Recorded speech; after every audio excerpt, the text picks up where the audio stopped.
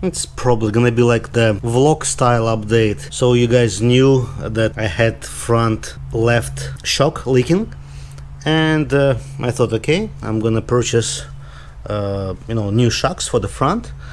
And once I removed the shock from the front, I found that the previous owner cut the springs. Obviously, just looks like just the front ones. I didn't remove the rear springs yet, but both springs in the front are like that. Total crap. And then that led me to purchase the set of lowered springs from H&R, and that's what I'm doing right now. I also purchased brand new bump stops. I'm gonna be reusing my old bearings, and once I'm gonna finish the front struts, I'm gonna do the rear struts. Like I told, they're still there. I already started disassembling the rear suspension. It looks like the springs could be original, but anyway, we're gonna replace them with this aftermarket lowered springs. I guess it's 1.4 inches from the front and 1.2 from the rear.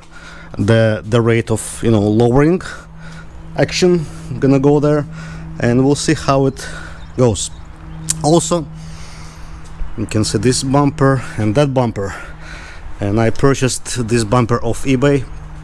It's got some marks here and there, but that's the main reason, this main blemish why I purchased it, and I didn't want to deal with the sanding, buffing, polishing, painting, whatever. I don't like this stuff, so I decided to go with this rear bumper. I don't know how it looks yet because the car been without the suspension in a garage for a while, so before I'm gonna see if this bumper matches the rest of the car, I'm gonna need to redo the suspension.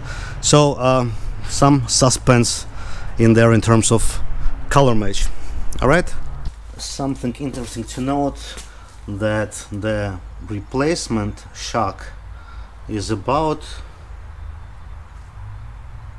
1.5 inches or maybe even 2 inches shorter than the original shock, despite they say it's kind of standard height. A few moments later, I got new front springs installed on the new front shocks, and I'll be installing those assemblies back to the car.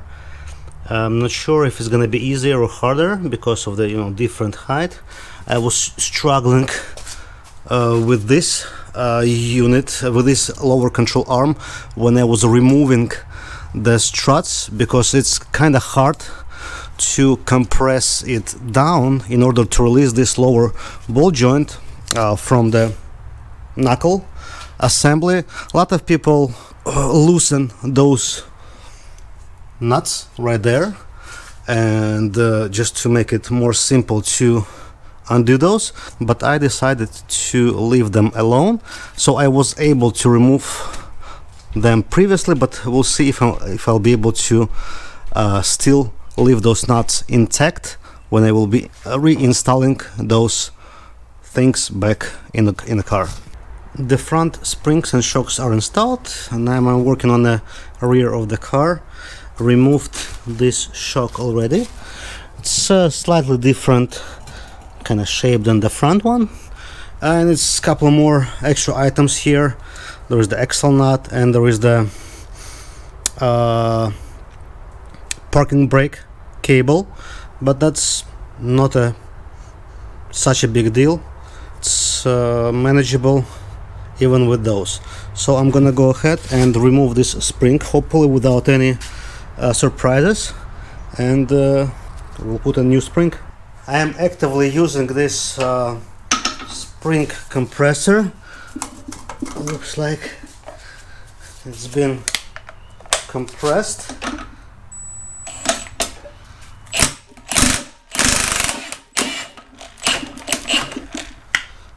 Right, there is a 7mm hex range that I can use to hold that thing, but I do not have the 7mm hex wrench in my possession. Let me put some more pressure onto it.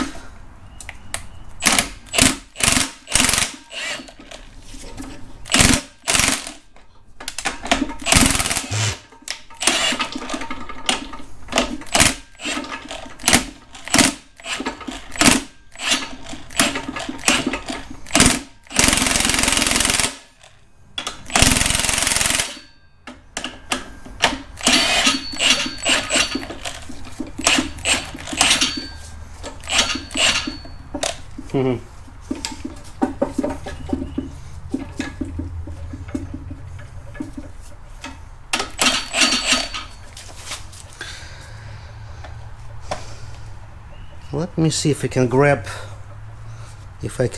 the rod with some, I don't know, something.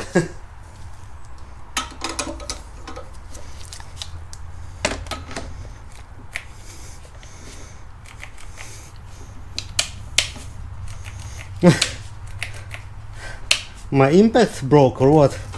Oh my god, that's my luck.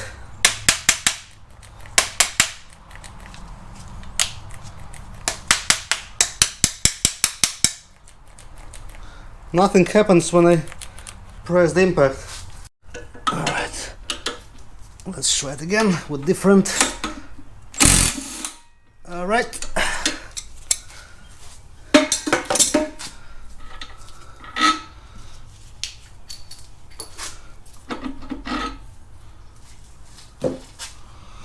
And carefully, very carefully.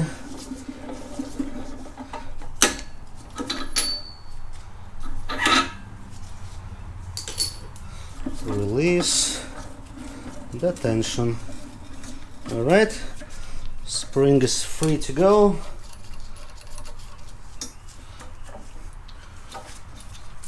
How's the...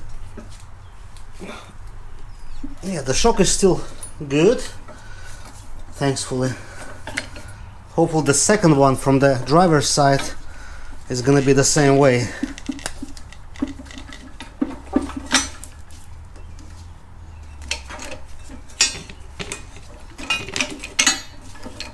Alright, now I'm gonna get the other ones.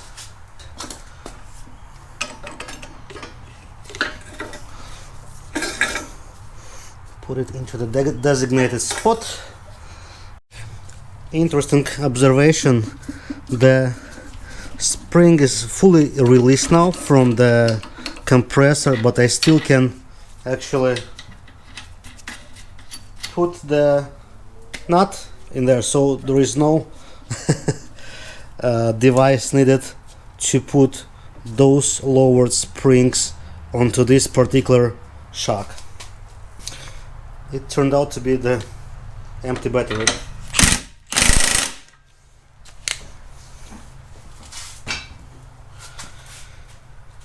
Now this goes back to the car. And that's how lowered springs looks like. The front of the car was already lowered because, you know, like if you remember, the original owner cut the original springs, or one of the previous owners cut the original springs, but now the rear suspension is matching the front suspension, so which is good. So I can recommend those springs. It's not too low. Thank you guys for watching this totally non-DIY video. It's like a vlog style video. I just wanted to share what I found when I was, you know, replacing the struts. And I'll see you in the next one. Take care.